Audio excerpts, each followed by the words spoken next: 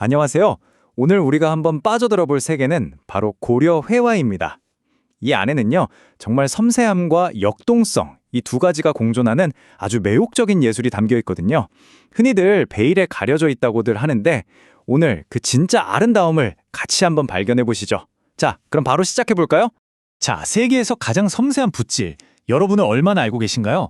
이게 바로 고려 회화를 딱 한마디로 표현하는 말이거든요. 근데요, 이 섬세함이라는 게 도대체 뭘 의미하는 걸까요? 그리고 그 뒤에는 또 어떤 다른 얼굴이 숨어 있을까요?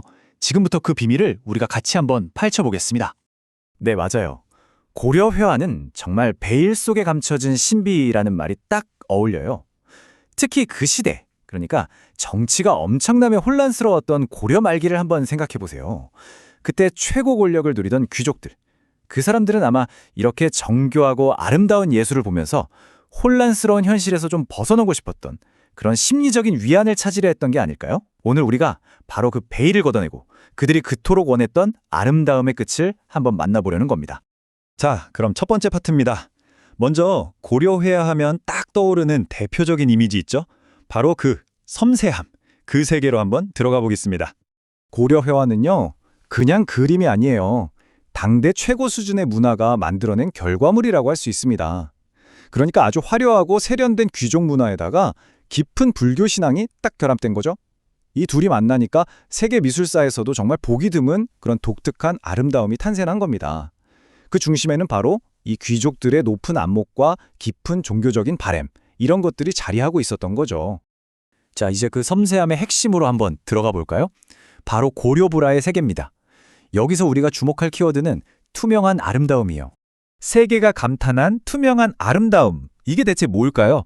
그냥 그림이 투명하다, 이런 뜻이 전혀 아니에요. 전문가의 시선으로 좀 자세히 들여다보면요, 기법부터가 다릅니다. 배채법이라고 들어보셨나요? 비단 뒷면에다가 색을 칠해요. 그러면 그 은은한 빛깔이 앞으로 스며 나오겠죠? 심지어 금박까지 붙여서 성스러운 빛이 그림 전체를 감싸게 만들어요. 여기에다가 정말 속이 다 비칠 것처럼 얇고 투명한 옷, 사라라고 하는데요. 이걸 묘사한 그 섬세한 선들을 보세요. 이 모든 게 합쳐지니까 정말 고요하면서도 동시에 지극히 화려한 그런 영적인 분위기가 완성되는 겁니다. 자, 이 두 그림을 한번 같이 보시죠. 둘 다 자비를 표현하고 있는데 그 방식이 미묘하게 달라요. 먼저 왼쪽 해허의 양류 관음도, 이건 전체적인 구도나 자세에서 뭐랄까 내면의 고요한 자비심, 좀 관조적인 그런 영성이 느껴지죠. 근데 오른쪽 김우문의 수월 관음도를 보세요. 이건 완전 달라요. 버드나무 가지 끝부터 저 투명한 베일 옷자락, 화려한 금으로 그린 문양, 영롱한 수정 구슬까지 눈에 보이는 모든 디테일 하나하나에 자비심을 아주 정교하게 새겨 넣은 거예요. 그래서 그림을 보는 속도, 시각적 템포가 아주 느려요. 한참을 들여다봐야 여기 이런 것도 있네 하면서 모든 디테일을 감상할 수 있는 정말 지극한 정성의 결정체라고 할 수 있죠. 자, 이제 분위기를 180도 확 바꿔보겠습니다. 지금까지 봤던 고요하고 섬세한 불화의 세계는 잠시 잊으셔도 좋습니다. 이제부터는 힘과 에너지가 넘쳐나는 고려 회화의 또 다른 얼굴을 만나볼 시간이거든요. 바로 이겁니다. 왕의 붓 끝에서 살아난 광활한 대륙의 기상. 이 강력한 문구가 묘사하는 작품이 바로 공민왕의 천산대렵도예요. 몽골의 영향을 받아서 저 광활한 대륙에서 사냥하는 모습을 그렸는데 여기서 느껴지는 건 방금 전에 그런 정적인 아름다움이 아니죠.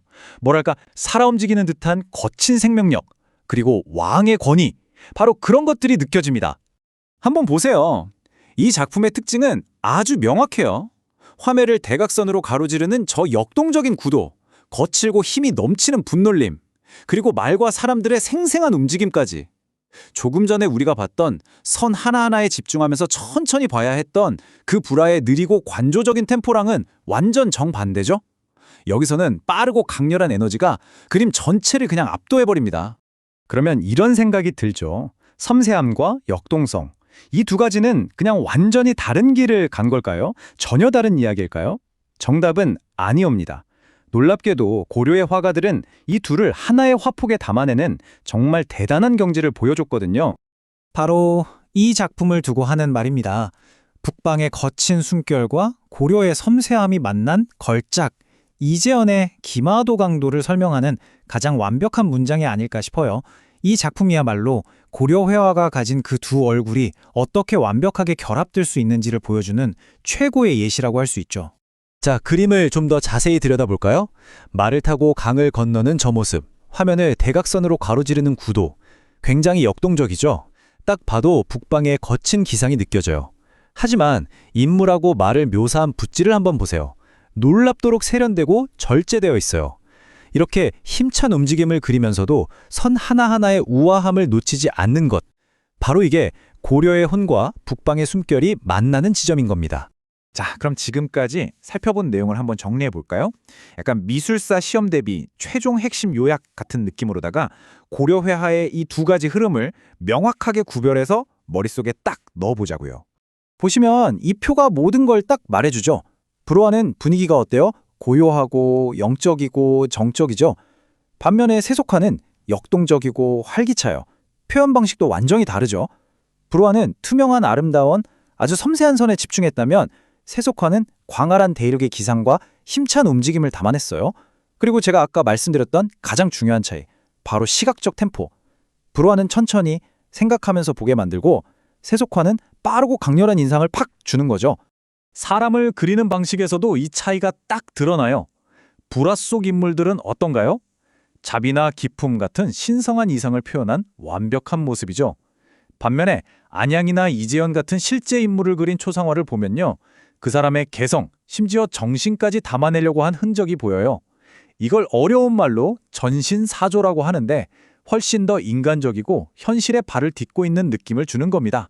자, 시험 요약 같은 딱딱한 얘기는 여기까지 하고요. 이제부터는 누구나 고려회화 하면 그거? 하고 바로 떠올릴 수 있도록 가장 중요한 시각적 특징 3가지를 핵심 열쇠처럼 딱 정리해 드릴게요. 첫 번째 열쇠, 바로 투명한 아름다움입니다. 비단 뒤에서부터 은은하게 배어나오는 금빛, 그리고 속이 다 비칠 것만 같은 그 옷자락. 이건 정말 세계 최고 수준의 섬세함이에요. 이것만 기억하세요. 자, 두 번째 열쇠는 뭘까요? 바로 대륙의 역동성입니다. 광활한 벌판을 달리는 말과 사냥꾼의 모습, 거기서 느껴지는 힘, 에너지, 그 생생한 생명력을 떠올리시면 됩니다. 그리고 마지막, 이게 가장 중요할 수 있어요. 세 번째 열쇠는 완벽한 융합입니다. 그 거친 에너지를 이렇게나 섬세한 붓으로 잡아냈다는 것, 이 상반된 두 매력이 하나로 합쳐진 것, 바로 이게 고려회화의 진짜 매력, 진정한 정수라고 할 수 있습니다. 자, 이렇게 기록이나 기법 같은 걸 다 떠나서 한번 생각해 보세요. 이렇게 화려하면서도 고요하고 또 역동적이면서도 섬세한 그림들. 이게 오늘을 사는 우리에게는 어떤 울림을, 어떤 감정을 남길까요? 그 격동의 시대를 살았던 고려 사람들의 간절한 바람과 기상이 담긴 이 찬란한 예술 앞에서 여러분 각자의 답을 한번 찾아보시는 건 어떨까요?